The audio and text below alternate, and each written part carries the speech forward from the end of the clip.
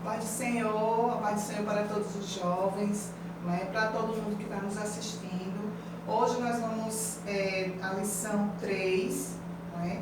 Preparativos para a conquista. Estamos aqui com a nossa aluna Larissa, todo mundo conhece, né? A Larissa, dos jovens.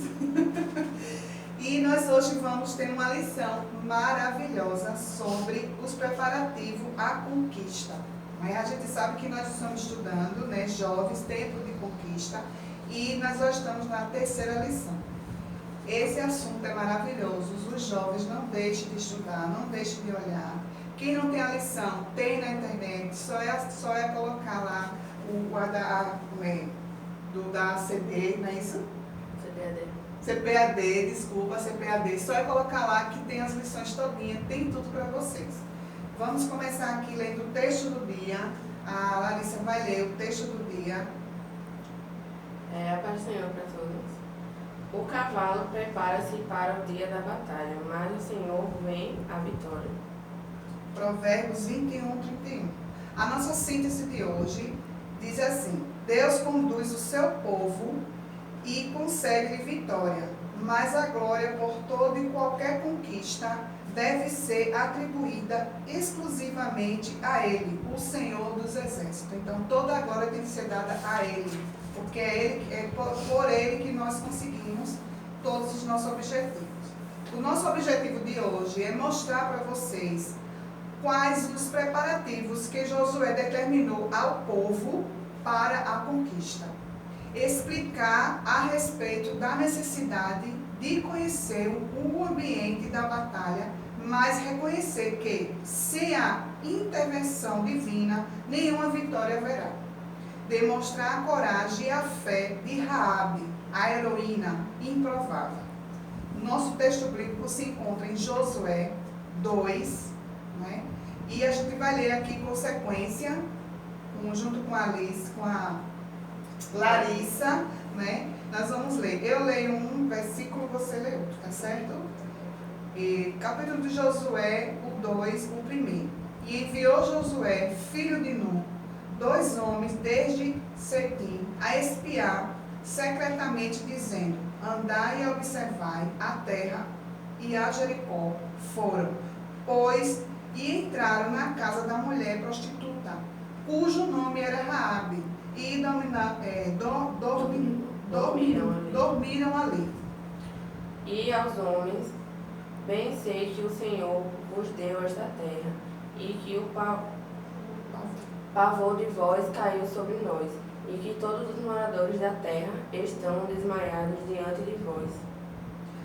O 11. Ouvindo isso, desmaiou o nosso coração, e em ninguém mais há um ânimo algum, por causa da vossa presença. Porque o Senhor vosso Deus é Deus, em cima e nos céus e embaixo na terra. Assim, aqueles 2 homens voltaram e desceram do monte, e passaram e vieram a Josué, filho de Nun, e contaram-lhe tudo quanto lhes acontecera. E o 24 diz assim: E disseram a Josué: Certamente o Senhor tem dado toda esta terra nas nossas mãos, pois até todos os moradores estão desmaiados diante de nós. Então, assim, Josué, ele tinha que ter uma estratégia, mas sem a direção de Deus não adianta. Então, ele foi muito, como se diz, cauteloso. A primeira estrofe fala assim: Josué prepara o povo para a travessia do Jordão, né?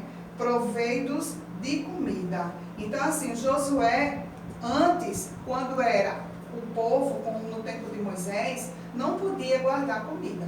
Não podia se guardar comida. Mas já era outro tempo, né? Já era outra estratégia com o seu povo, né? O povo tinha que preservar comida, né? Então, assim, não tinha mais que não guardar. Agora já era outros tempos, né? Outra providência. Jovem, vocês precisam não só viver o momento, nós não precisamos, nós também tem que pensar no futuro. Josué era um homem prudente, ele sempre pensava no amanhã, ele sempre tinha aquelas coisas que ele pensava, né? Nós não podemos viver o aqui e agora só. Nós também temos que ser, como é que se diz, não o tempo temporal, não, vamos fazer isso aqui porque tem que ser agora, não. A gente também tem que se planejar, tem que ter uma direção de Deus para que nossos sonhos, os nossos objetivos sejam alcançados, né? Aqui fala assim, Josué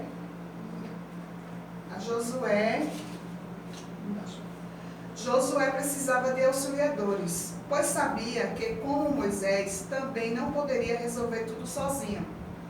Os príncipes das tribos foram excelentes ajudantes, e o que nos mostra que quando Deus quer fazer algo significativo no meio do povo, Ele separa e prepara os cooperadores. Então, assim, Josué, ele precisava de pessoas para lhe auxiliar. Ele tinha que ter pessoas para auxiliar ele, não é? Porque se ele não tivesse pessoas para auxiliar ele, ele não podia fazer sozinho. É como nós não dependemos, eu não dependo só de mim. Eu, para estar aqui hoje, eu precisei dela, precisei da nossa querida que está ali. E a gente é um grupo, a gente tem que ter um trabalho com uma pessoa sempre ao nosso lado, um auxiliando o outro. Aqui no 2, ele convoca as tribos. Ele convocou o quê? Os guerreiros da tribo de Ruben, de Gade e a metade da tribo de Manassés. Deveriam ser convocados para atravessar o Jordão e lutarem também pela herança de Deus. Mas uma parte ficaria para proteger as mulheres e crianças. Todos eles já tinham ficado lá na Transjordânia, essas 3 tribos já tinham ficado lá, na zona leste do Jordão, mas eles estavam assentados e eles eram lá criadores de gados. Então mas por que Josué mandou chamar pessoas que já estavam lá no lado leste? Mas eles precisavam entrar na guerra. Por quê? Porque todos eram importantes. Todos nós somos importantes para Deus. Então, não tinha nenhum sentido, poderia ter algum sentido deles ficarem fora, porque eles já estavam lá na Zona Leste. Mas, como Josué, ele era uma pessoa muito sábia, que não gostava de deixar ninguém de fora, então ele resolveu chamar as tribos, os guerreiros da tribo de Ruben, de Gad e a metade da tribo de Manassés, para que eles participassem da guerra, para conquistar aquilo que o Senhor havia prometido há 40 anos atrás, Eles precisavam conquistar. No 3º tem aqui, seja fiel ao comandante, Nós precisamos ser fiel ao nosso comandante. Aqui tem uma parte que chamou muito minha atenção, Aqui o povo estava abastecido de víveres, todas as tribos estavam reunidas. Todas estavam reunidas. O líder tinha a bênção de Deus, mas ainda faltava algo, uma demonstração sincera, a fidelidade, a submissão do povo ao novo chefe. Aí aqui, as pessoas precisavam mostrar que era fiel ao novo líder, Aí aqui, de nada adianta ter uma bela estratégia e um formidável exército se as pessoas não estão dispostas a obedecer ao guia. Este é um dos segredos e a arte da guerra. Isso mostra que todos nós, tanto naquele tempo como hoje, a gente tem que obedecer, quem Deus coloca na liderança. Quem é o nosso líder da igreja? Então a gente tem que obedecer, A gente tem que obedecer à liderança, a gente tem que obedecer às estratégias, temos que amar os nossos líderes e assim sucessivamente. Então vamos para o tópico 2, que fala sobre os espiãs, enviados para o reconhecimento da cidade. Mas eu pensando em casa, eu digo, Deus sabia o que ia acontecer lá, E por que mandou os espiãs? Por que permitiu que mandasse os espiãs? Mas só que Josué era um homem cauteloso, era um homem prudente, era um homem que ele pensava, não, vou mandar ver como é lá, o que é que tem, o que é que a gente vai enfrentar. Deus poderia facilitar, não poderia, Larissa? Poderia facilitar e acabar logo, mas não é assim. As coisas de Deus, tudo que a gente quer conquistar, tem que ter um sacrifício, tem que ter uma prova, tem que ter, porque senão a gente não vai orar, a gente não vai jejuar, a gente não vai ter as estratégias que Deus usa para que a gente busque a Ele. Então, no final do período da Idade de Bronze, quando foi escrito o livro de Josué, toda a grande cidade de Canaã era, na verdade, uma cidade-estado que tinha o seu próprio exército. Carros, instrumentos de guerra, bem como um rei, como era o caso de Jericó. Israel estava acompanhado em Sitim, e possivelmente após o luto pela morte de Moisés. Josué enviou 2 homens de confiança para conhecer o local que a batalha seria travada. Foram 2 homens, né? 2 homens eles escolheram para ir conhecer lá a cidade, né? Eles entraram escondidos e teve lá uma mulher maravilhosa que eles conheceram, né? Que ajudou, que ela é como se ela já tivesse ouvido falar desse Deus maravilhoso, né? Que foi Raabe. Então, assim, os espiões, no tópico 2, os espiões são descobertos. Veja só, Deus poderia facilitar para eles não serem descobertos, né? Deus poderia, mas teve que ser descobertos, né? Para que realmente, como é que se diz, tivesse a oportunidade de ver que as coisas não são como a gente quer. Eu vou lá, Deus é comigo, eu vou enfrentar aquilo ali, Deus é comigo. Mas a gente tem que ser prudente em tudo que a gente vai fazer. Atravessaram o Jordão, os 2 espiões, partiram para Jericó, que ficava aproximadamente 6,5 quilômetros. A princípio, a missão não foi descoberta. Mas ao cair a noite, foi comunicado o rei de Jericó, que imediatamente mandou seus soldados à propriedade de uma prostituta chamada Raabe. Os seus espiões estavam hospedados lá, mas a mulher não revelou a presença deles, salvando suas vidas. E interessante como Deus usa pessoas improváveis em lugares inusitados para estabelecer o seu querer. Quantas vezes isso acontece no dia a dia da vida de cada cristão? Pessoas não crentes são levantadas para abençoar e proteger os que são fiéis ao Senhor. Aquela situação em Jericó era imprevisível para os espiões, para Josué, mas não para o Senhor. Ele e o nosso socorro ia na hora da nossa angústia. Quer dizer, Raabe, ela poderia, né, porque era o que ela morava ali e sabia como aquele povo era. Ela poderia eles estão aqui, mas não. Ela disse não, de jeito nenhum, eles não estão aqui. Ela negou que eles estavam lá. Ela arriscou sua própria vida. Deus usou uma mulher, como fala aqui, uma mulher que ninguém dava nada por ela. Ninguém dava um real. Um real não, né? Porque não existia um real, mas vamos falar no mundo real hoje. Ninguém dava nada, não dava nada pelaquela mulher, por ela ser uma prostituta, né? Naquela época, essas pessoas prostitutas eram pior do que hoje, né?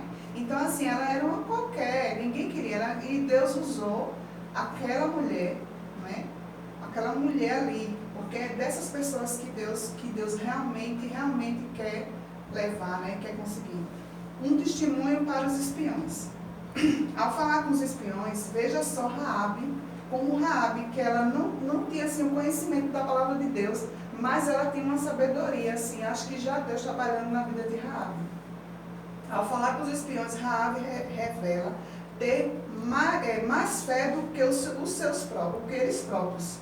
Bem sei que o Senhor vos deu esta terra. Olha só. Ela ainda acrescentou: o Senhor vosso Deus é Deus em cima e nos céus e embaixo da terra. Para a bênção ser completa, ela acrescentou uma informação valiosíssima que serviria de fortalecimento da fé dos exércitos de Josué. Aí ela falou assim: o pavor de vós caiu sobre nós, e em ninguém há mais ânimo algum. Então, assim, ela deu essa palavra, né, para que o exército de Josué se fortalecesse. Quer dizer, Deus usou a boca de Raabe naquele momento, né? Então, assim, foi muito importante a fé de Raabe, né? Ela era que, para muitos, a Raabe, até hoje, assim, muita gente pode até dizer assim, mas por que Deus usou uma prostituta? Né? Mas porque Deus sabia que ela ia fazer a linhagem do nosso Salvador, que é Jesus Cristo. Né? Ela ia fazer parte dessa família. Então, assim, é muito lindo essa história de Raabe, né, que ajudou. Vamos lá. O 3. Raabe, uma heroína da fé. Uma mulher de fé. A figura de Raabe surgiu de modo inesperado na história dos hebreus. Para demonstrar que Deus é soberano, Raabe tinha uma vida promíscua em Jericó. Mas o Senhor a resgatou e fez a sua vida um instrumento em suas mãos. Sua ação é tão magnífica que ele conferiu o status da heroína da fé. Olha que coisa linda, né? Aí, depois a gente lê aqui em Hebreus 11:31. Depois da queda de Jericó, Raabe casou-se com um homem de Judá e gerou um filho, Boaz, o qual posteriormente casou com a moabita Rute, assumindo sua geração e a linhagem real, vindo a tornar-se ascendente do Senhor Jesus. Que coisa linda, né? Quer dizer que se tivesse um álbum de fotos, né? Aí vinha a linhagem todinha depois até chegar a Jesus. Que coisa linda, né? Quem diria? Mas Deus, Ele é lindo. Ele tem propósito na vida de todo mundo. Né? Até daquelas pessoas que a gente acha que, isso daí quer nada com Jesus, né? Dessas pessoas aí é que ele quer mesmo, porque tem que ver o poder dele na vida das pessoas. Né? Aí aqui tem assim, uma mulher de estratégia.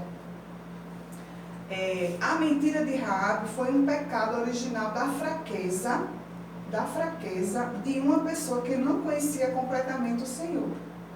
Ela mentiu, mas ela não tinha o conhecimento da palavra de Deus para não mentir. Né? Não conhecia completamente a sua lei. Pessoas amadurecidas espiritualmente resolvem situações complicadas com a sabedoria e discrição, mas sem mentir.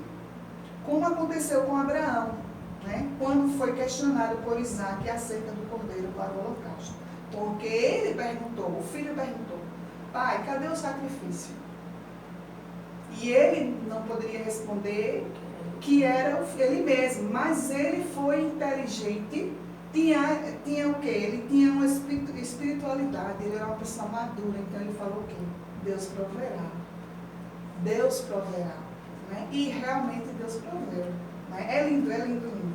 Aí, e por Jesus, quando seus irmãos lhe perguntaram se não iria à festa em Jerusalém, né? Deus abençoou. Aí também aquela parte que perguntaram se Jesus não ia para Jerusalém. Ele disse que não era chegada a hora dele. Então, assim, e depois ele apareceu. Mas Jesus, toda pessoa que é inteligente, que tem estratégia, não vai andar mentindo. Não tem para que mentir. Né? Tem como é que se diz? Tem que ter a espiritualidade de não mentir. Raabe só mentiu porque ela não era conhecedora da lei. Né? Deus abençoou Raabe não por sua mentira, mas por sua coragem e fé. A longanimidade de Deus em relação a suportar os nossos muitos pecados é surpreendente. O Senhor não destrói por nossos erros, mas nos corrige com a sua palavra. Abençoa-nos e diz, vai e não peque mais. Não peque mais. Sua misericórdia renova-se a cada manhã. E são a causa de não sermos consumidores por sua justiça. Então, assim, Deus, ele é misericordioso, né? Às vezes, as pessoas, fulano é um pecador, fulano peca demais, não sei o quê. Isso não é nem digno de misericórdia, nem digno de perdão de Deus. Mas não é isso que a palavra de Deus fala. Não é isso que a palavra de Deus diz a respeito das pessoas pecadoras. Né? É aqui, ele diz assim, a suportar muitos pecados é surpreendente. O Senhor não destrói nossos erros, mas nos corrige com a sua palavra. Então, assim, a palavra de Deus, ela nos corrige todos os momentos. Todos os momentos ela nos corrige. O terceiro, a mulher do fio de escarlate. Lê. A mulher do fio de escarlate. A história de Raabe prefigurava um projeto divino, que se revelaria séculos depois com o seu descendente mais nobre, o Senhor Jesus.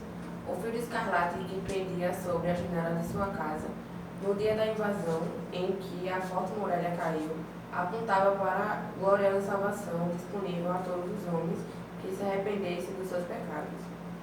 Assim como na saída do Egito foi o sangue do cordeiro nos umbrais das portas, que salvou os primogênitos da destruição do anjo da morte.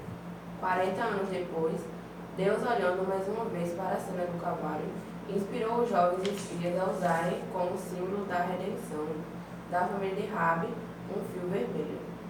O Senhor estava a cada episódio da saga do povo de Hebreu, apontando para o momento em que seu filho desceria do céu e, por amor à humanidade, nasceria de uma virgem e morreria numa cruz, trazendo salvação. Olha só, né? Deus, ele pensou em tudo para proteger a família de Raabe, né? Porque a Raabe morava em um muro. No muro, onde o muro caiu, e a casa de Raabe ficou lá. Deus protegeu, né? Deus protegeu tanto ela quanto a família dela. Então, assim, o fio de escarlate, né? Aí aqui fala assim como na saída do Egito foi o sangue do cordeiro que botou para proteger os primogênitos, né? Deus mandou colocar nos umbrais das portas, que salvou os primogênitos da destruição do anjo da morte. Também Deus vai e faz, manda colocar o fio de escarlate, né? O Senhor estava a cada episódio na saga do povo hebreu, e apontando para o momento em que seu filho descia do céu e, por amor à humanidade, nascia de uma virgem e morreria numa cruz, trazendo a salvação. Então, assim, é muito lindo o cuidado de Deus, né? Deus tinha cuidado em pensar em... Ele poderia, assim, não ter salvo ninguém dali. Ele poderia, mas ele já sabia que existia uma mulher, que essa mulher era prostituta, que essa mulher era uma mulher de fé, né? E que essa mulher ia ajudar os espiões. E que ele tinha um projeto na vida dela, né? Que era a Raabe. Eu quero dizer para os jovens que os jovens vêm entender que os nossos sonhos e os sonhos de vocês não sejam frustrados, né? Que os planos que não sejam frustrados em nenhum sentido. Tudo que está acontecendo no nosso mundo, pode ser que tenha alguns jovens, eu tenho um sonho de fazer isso, eu tenho um sonho de fazer aquilo, mas muitos estão sendo frustrados, né? Os planos de Deus, eles não são frustrados para a nossa vida. Tudo tem um tempo, né? A gente tem que ter fé. Deus sempre está sempre no controle de tudo, de toda a história, né? Os planos de Deus não é frustrado na vida de ninguém. A gente tem que se preparar para as batalhas, para as lutas do cotidiano, como está acontecendo. Tudo que está acontecendo não é diferente do passado, não. Não é diferente, né? Só muda as coisas, só muda o tempo, as tecnologias, né? Temos que estar preparados para as lutas do cotidiano, porque elas virão. De alguma forma virão, tanto para jovem, para novo, para tudo. Não tem isso não. E os pensamentos de Deus, eles são maiores do que os nossos, né? A Bíblia diz que todas as coisas cooperam para o bem, juntamente para o bem daqueles que servem a Deus. Então, assim, a gente não tem que se preocupar. Se eu tenho uma vida juntamente com Deus, né, com certeza Ele vai ajudar. Agora a gente tem que ser obediente. Não devemos reclamar, deixar de estar reclamando sobre o que está acontecendo ao nosso redor, né? Algumas surpresas sempre acontecem desagradáveis, né? Todo dia a gente vê aí acontecendo muita coisa desagradável, mas Deus está no controle de tudo. Ele é o princípio, o meio e o fim. Deus, ele resolve todas as coisas que estão acontecendo. Ele sempre tem uma estratégia para a gente. A gente às vezes se pergunta, por que está acontecendo isso? Né? Por que tanta desgraça? Por que tanto isso? Por que tanto aquilo? Mas a gente não esquece de dizer a Deus, obrigado, Senhor, porque o Senhor sempre tem um propósito na vida de todos através das provações. Né? Hoje nós já estamos concluindo aqui. Vou só ler a conclusão. O livro de Josué conta a história de milhões de hebreus que estavam cheios de fé e unidos ao líder, esperando o milagre para atravessar o Jordão rumo a Canaã. O povo, atendendo a ordem de Josué, preparou-se para a conquista e Deus fez milagres. Levantou até os inimigos para os ajudarem, como foi o caso de Raabe, a meretriz, qual pela fé não pareceu com os incrédulos acolhendo em paz os espiões. Então, assim, quantas pessoas existem aí no mundo precisando de ajuda? Precisando só de um apoio da gente, precisando que a gente pegue na mão, não é? Quantas pessoas? E às vezes a gente passa despercebido por isso, por julgar a pessoa, por a pessoa não ter uma vida como a nossa. Aquela dali eu não vou, nem aquele dali.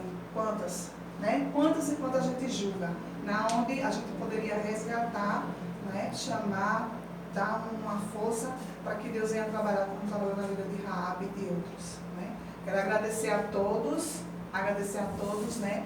Peço também que vocês assistam, divulguem, não é? E você, jovem, vamos focar mais na palavra de Deus. Vamos evangelizar. Vamos focar em Deus, porque Deus é a única solução para os nossos problemas. Amém?